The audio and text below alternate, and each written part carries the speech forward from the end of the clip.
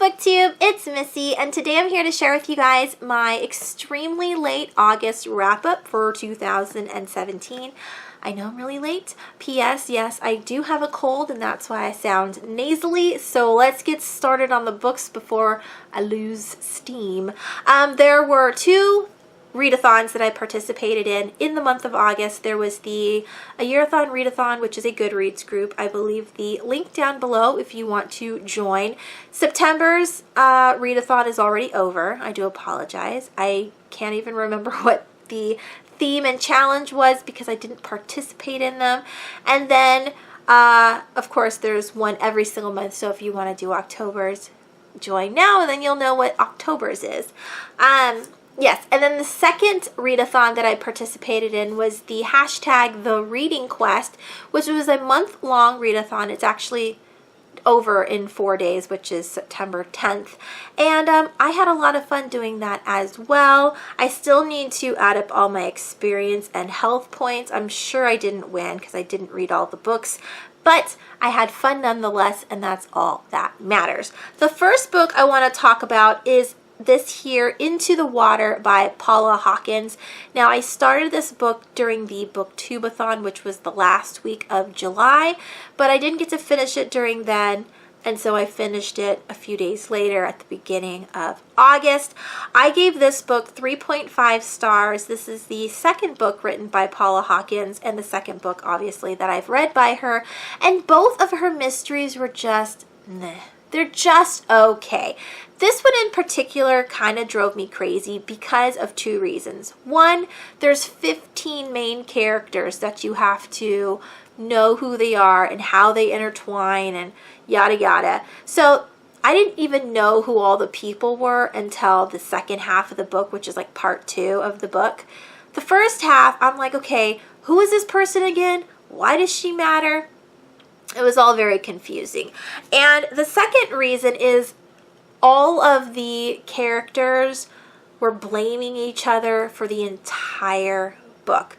So the blame game just got really old really quickly. But let me tell you what the book is about really quick. So it's about this town called Beckford, England. Is it Beckford? Yes, it's Beckford, England. And in Beckford, England, there is this place called the Drowning Pool, which is a pretty high cliff. And that is where a lot of the townspeople that live in Beckford jump to their death. And before that, that's where they would drown witches, if that's what they thought they were. They would drown them in this drowning pool. And so many years later, people have used that spot to jump to their death. So, in 1679, that was the last time someone was drowned for being a witch, and that was Libby Seaton, and the story goes from there. So we have a main character who has been notified that her sister has just jumped from the drowning pool and she is now dead.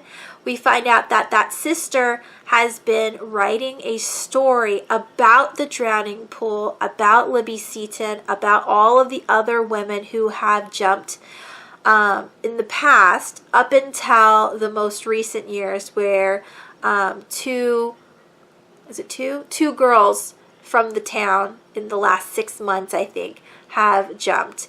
And so our main character's sister has all of that information. The town folk are very upset that she's writing this out because she's making a book. They don't want their town exposed in that way. That's bad publicity. But the sister thought it would be important to share these women's stories and why they jumped and so forth. So we have the main character grieving over her sister. She's very confused, and not only that, but she needs to take care of her niece now that her sister has left behind. Her niece is very bitter. She's 16. She doesn't want anything to do with her aunt. The sisters were estranged. I can never say that word correctly.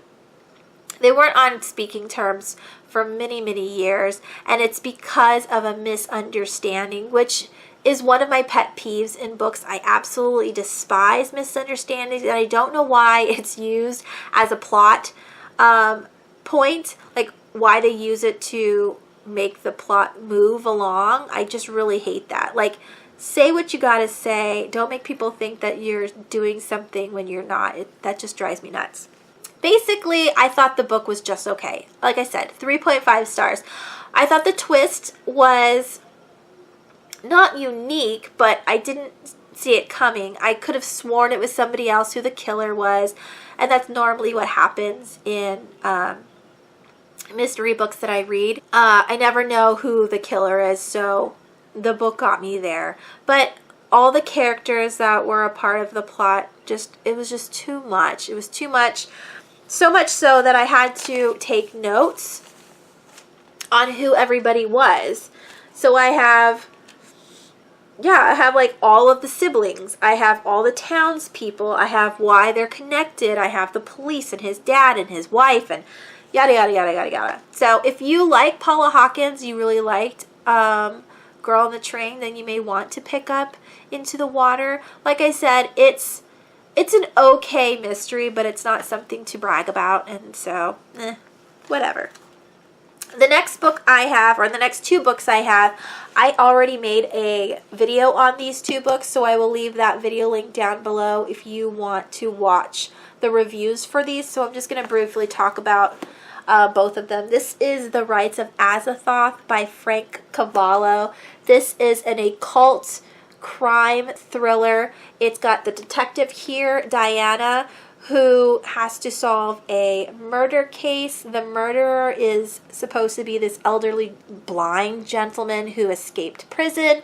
And then it's twisted into the occult about the Azathoth, which the whole Azathoth part of the book was very interesting. All of the crime portions of the book was very bland. I didn't like any of the characters. They were all very flat and it was just really lame. So I gave this book 3.5 stars as well. Like I said, the supernatural aspect of the book was amazing. I absolutely liked it. The criminal aspect and all of the procedural detective work was very boring.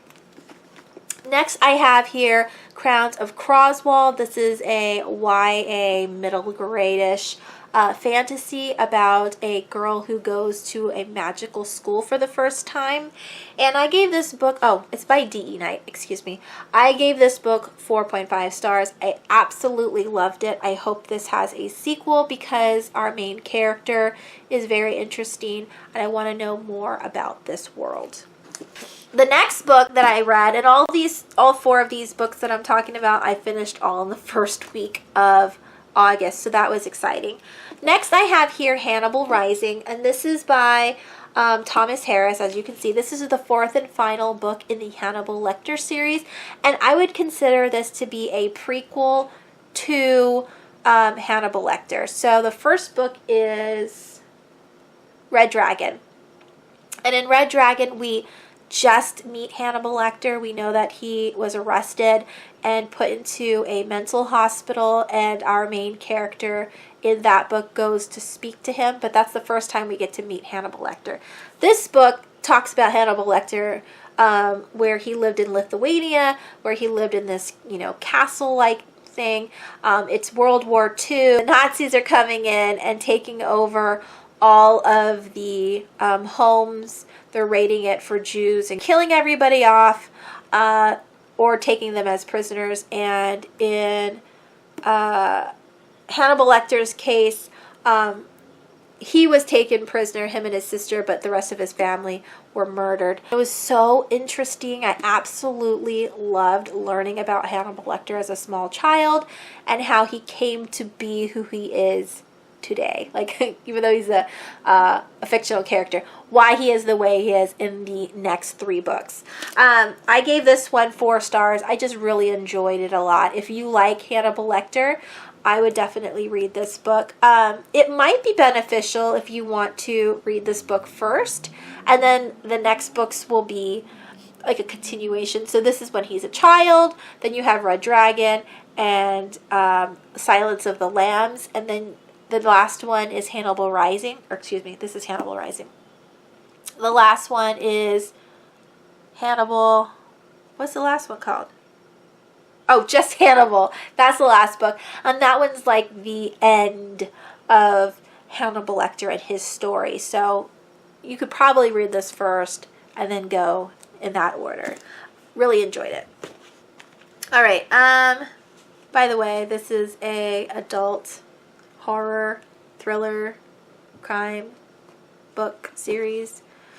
Next, for the A Year-a-thon Readathon, the theme was to read books that were from your childhood, so childhood favorites. And I know a lot of people read this when they were a child, the series of Unfortunate Events by Lemony Snicket. I'm too old to have known about these books, but my son read these, I think 3 summers ago. He read all 13 books during that summer and absolutely loved these books, and so I decided to read the 5th book as the continuation because I read the first 4 a couple years ago. This is The Austere Academy. I gave this book 3.5 stars. This was not my favorite. Did I give it 3.5? No, I just gave it 3. It just wasn't my favorite. My favorites to date are The Wide Window and the next one after that. So the 2nd and 3rd books are my favorite. I just didn't like the school. I didn't like how Count Olaf was. I really didn't like the vice principal. I just didn't really like this one as much. And because it's the 5th book, I can't really go into detail about what this is. If you've read the first books, the formula for every single book is the same. So we have the orphans, we have Count Olaf, and we have a different location. And that's how it's been in the last 5 books. So this was for the theme, and for the challenge of the A Year-a-thon Readathon, it was to marathon a series. I told you guys in my August TBR that I wanted to read these 2 books, and I did. So we have Nearly Departed by Rook Hastings, and we have Immortal Remains. Again, this is the sequel. So I'll just talk about Nearly Departed because, again, this is a series. Nearly Departed is about a town outside of London called Woodsville. Now, before the town was built, it was just a forest, and after they bulldozed the town, or excuse me, after they bulldozed the forest to create the town, they stirred up evil spirits. The town people are very superstitious about it, and because of the woods that had been cut down, a lot of weird things have been happening over the last 30 years within Woodsville. So it's the highest concentration of like accident deaths, and also the atmosphere, like the weather is different in Woodsville, and it's known in England that it has a different atmosphere, and everybody's just really gloomy and just not all there in Woodsville. So it's a very strange place to live. There are 4 main characters that I want to talk about. Jay, Kelly, Betham. I thought it was, no, it's not Betham. It's Bethan. Bethan and Hashem. So Jay is the nerdy character. He's the one that tries to stay under the radar, but he also like helps everybody do their homework and everything. And then we have Kelly, who Jay is in love with since he's been, you know, a little kid. Kelly is the mean girl, the mean bee of the class. My nose is getting so clogged. I am so sorry. So she's like a monster at school, but she's gorgeous and everybody wants to be with her. And then we have Hashem. He is the school jock, but he's also secretly smart, but he doesn't want anyone to know that. And then we have Bethan, and she's given herself and all of the other characters their own little nicknames, but Bethan considers her to be the smart girl, the smart goth chick. So all these 4 characters come together because they're supposed to be doing an English project, and they decide that they're going to make Bethan do the project alone. But see, and Emily, there's 5 characters in this book, and Emily's always forgotten, and it's funny that I forgot her too. So Emily has been placed into this group of people as well, but she's like a complete outcast. Everybody has been ignoring her for her entire life living in Woodsville. And I think it's funny that I forgot her too. So, all 5 of those kids are at Jay's house, or not Jay's, excuse me. All 5 of those kids are at Bethan's house trying to figure out who's going to do what for the project. When Emily goes, hey, can you guys come over to my house? I think it's haunted. And everyone goes, no, you're an idiot. There's no way that it's haunted. She goes, please just come over. So all the kids go over there to see if it's haunted, and then they truly believe it's haunted, and the book goes from there. The reason why, I've been holding up the sequel. The reason why I liked Immortal Remains a little bit better than I liked Nearly Departed is because in this book, all the kids are very mean. Kelly's super mean. Like, she's overly mean. She's always cussing at everybody, which I didn't appreciate. And in this book, they've grown a lot, so I appreciated that there was a change in all of the kids' behavior. I really like their friendship that takes place in the second book. So I gave them both 3.5 stars.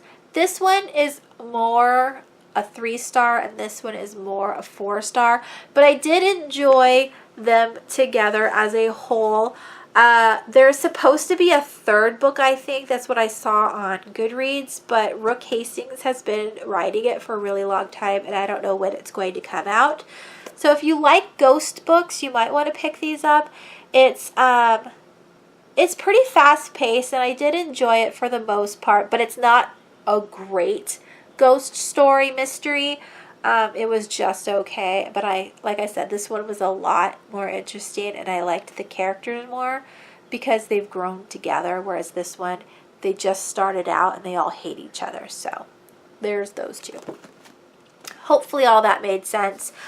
Because my head is slowly starting to get more congested, I'm slowly becoming more dumb and not being able to speak properly anymore. I'm sorry. Oh, by the way, Immortal Remains. I read them both for the A Year-a-thon readathon, but this one in particular I read for the hashtag The Reading Quest, and this was for to read a obscure face. That was part of the Rogue storyline, and so I got that done. And again, if you want to know all the information for the Reading Quest, I will leave that link down below for that video. The book that I read was Gwen DS Button Box, and this is by Stephen King and Richard Chizmar. I did get this in my Nocturnals Readers box. I absolutely loved this novella. I also read this for the hashtag The Reading Quest, and this was for Potions, which is a side quest, and Potions was a book concocted by 2 authors, and again, 2 authors wrote this. So for this particular book, I gave it 5 stars, hands down 5 stars. It's about a girl who is a little bit overweight. She's in the 5th grade, I think, and she's running up these stairs. I can't remember what the stairs are called. Something cliff. Is it in here? No? Ugh, I don't know. I always leave all of my reviews on Goodreads down below so you guys can check out exactly what I wrote. But she lives in a small town of Castle Rock where most of Stephen King's books take place. That's in Maine. And there is a cliff that has all these stairs, and she's been running them, I don't know, every day for a while, and she's tried to lose weight because there's a bunch of bullies at school that have been calling her blimp, and she doesn't like that. So she's taken it to herself to lose the weight by running.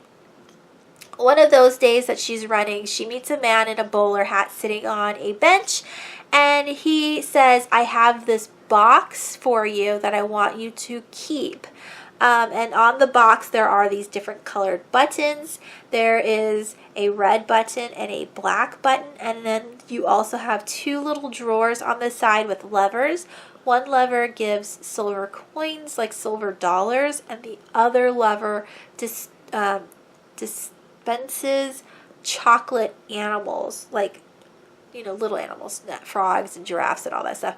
But this chocolate is like magical, and it suppresses her hunger, but it also gives her good luck and her family good luck, and she's able to just get a lot of stuff with these chocolates just by eating them. And so he has her watch this box, and her whole life changes because of this box. But there's also some bad things that happen as well. This is a great story. I don't want to get too much into it because it is a novella. It's really small, but just know it's super sweet. It also has a moral. There's a bad person.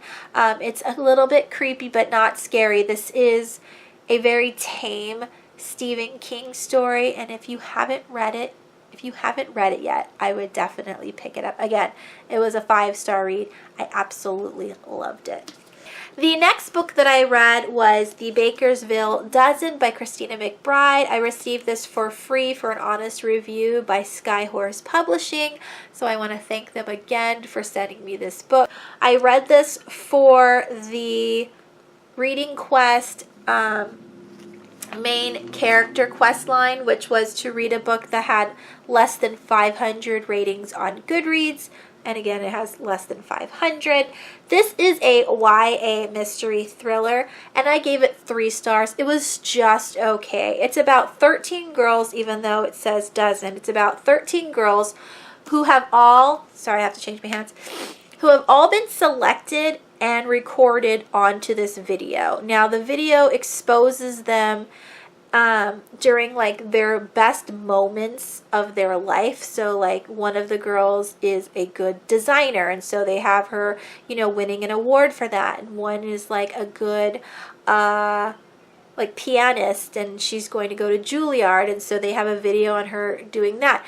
But on the bottom of each character during the video, there is a little like nickname. So our main character Bailey, her nickname is Like a Virgin, and all the girls have their own nicknames. So right before you start the book, there's the list of nicknames. So there's I Like It Hard, Juicy Fruit, Hot for Teacher, Pants on Fire. Those are the kinds of nicknames that the girls are given. Now, it's been 5 months since this video has been released, and some of the girls have already gone missing. I think there's 5 girls that are missing, and our main character, Bailey, receives a red envelope in her locker on the last day of school, and in this red envelope is a scavenger hunt. The first clue is to find one of her friends that were on the dozens list, and if she can reach her friend in time, maybe she'll be able to save them. And it goes from there. The reason why I didn't like this book that much is because it's extremely predictable, very cliche. There's always like so many people that could be the bad guy. Normally in all the kinds of mystery thrillers, you have the bad guy as the ones that are closest to you. She has a group of friends that she's been friends with for a really long time. Bailey has a boyfriend. So you go through all these characters wondering if this is the killer, if that's the killer. I did enjoy the ending a lot because there was character development in one of the characters that I found, pleasantly surprising. But other than that, it was just an okay story. The twist wasn't all that great. I did enjoy how fast-paced the book was, but at the same time, it wasn't interesting enough to stay in the book, if that makes sense. So it took me 10 days to read this book, and it's only like 309 pages. So when I put it down, I didn't really feel the need to pick it back up, but while I was reading it, it was okay to continue on reading. However, I did read this in like 2-chapter chunks. Like I would pick it up when I went to go take a shower, and then I would put it down and forget about it. So it's a 3-star read. If you like YA mystery thrillers, you might like this one, especially because it is a scavenger hunt, and that was what grabbed me for this book at the beginning. But yeah, it was just okay. And my very last read for the month is this graphic novel, I Hate Fairyland. This is the second 5-star read of the entire month. I absolutely loved this graphic novel. This is by Scotty Young. It's about a little girl called Gertrude. I think I'm saying it right. She's playing in her room one day and falls into fairyland. And I love the moon. Look at the moon. The rule for visitors to fairyland is that they have to find a key in order to leave fairyland.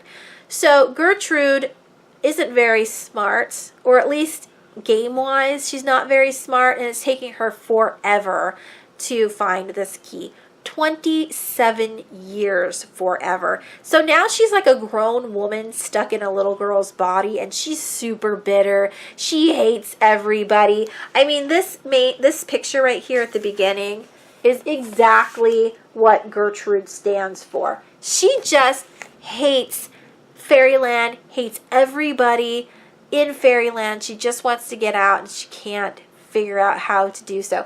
And she's got this sidekick, Larry, which I absolutely love. He's this bug right here, and he's also kind of a drunk because he's had to be her sidekick for 27 years, and he's pretty much over the entire quest and over having her as a friend. So it's colorful, it's hilarious. I absolutely love all the gruesomeness of it. And my 12-year-old started reading this when I first purchased it at Book Off, and he was reading it in the car, and he was like, ew, Mommy, this isn't appropriate. So I thought that there was cussing in here. I was like, oh, is there cussing in it? He goes, yes. No, there's not. All of the cuss words are turned into kid words, so it's fluffers and fudge, which makes it even more hilarious and more miserable for Gertrude because, like I said, she's like in her 30s now, and she's upset that she's still here. And every time she wants to make herself feel good by cussing, it comes out as fluffers. That would just infuriate me for not being able to say the correct word.